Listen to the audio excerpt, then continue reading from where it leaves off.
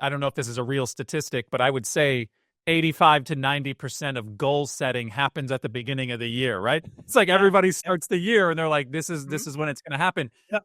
Mhm. What are you saying to the people who are let me listen, maybe listen to this right now in the middle of the year where it's not January where you're excited and you're eager to set the goals.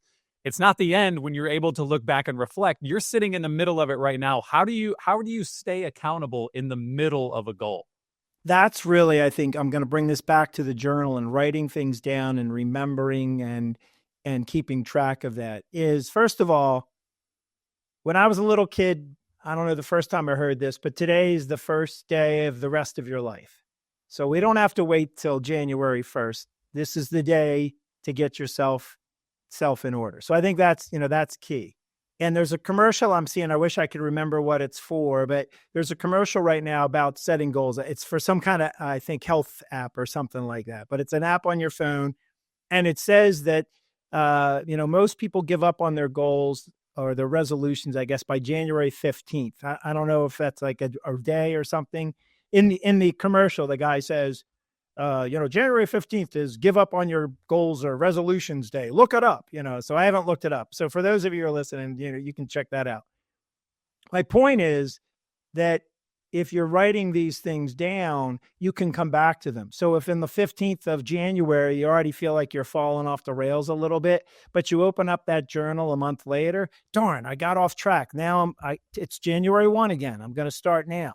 It's the middle of the year, and this is a really cool thing you guys are talking about, but it's not the beginning of the year. Okay, we'll start today and we'll go 6 months from now, but 6 months from now we'll be at the beginning of the year, and then we'll be doing it every calendar year after that.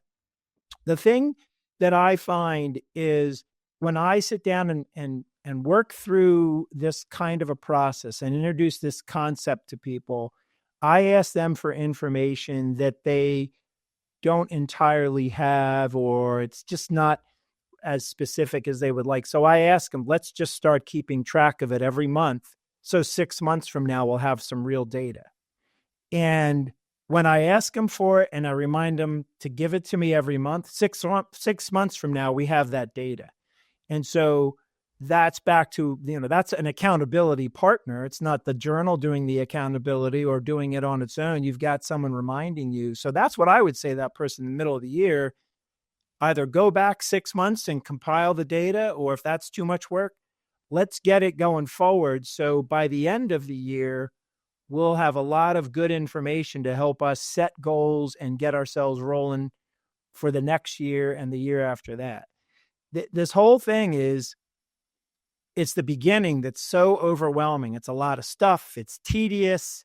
It's new to us. But after you do it for a couple of years, you're just updating things. You're not finding all the new informations and coming up with new goals. You're just updating. And then it becomes a lot easier. And then back to my fulfillment world, then it becomes a lot more fulfilling, and it's a lot more helpful to you going forward. The longer you do it, the more valuable it becomes. If you like what you heard and you need help writing your goals down and being accountable for them, go to gootfinancial.com, contact us, and set up a time to start a conversation, and we'll get you on your way.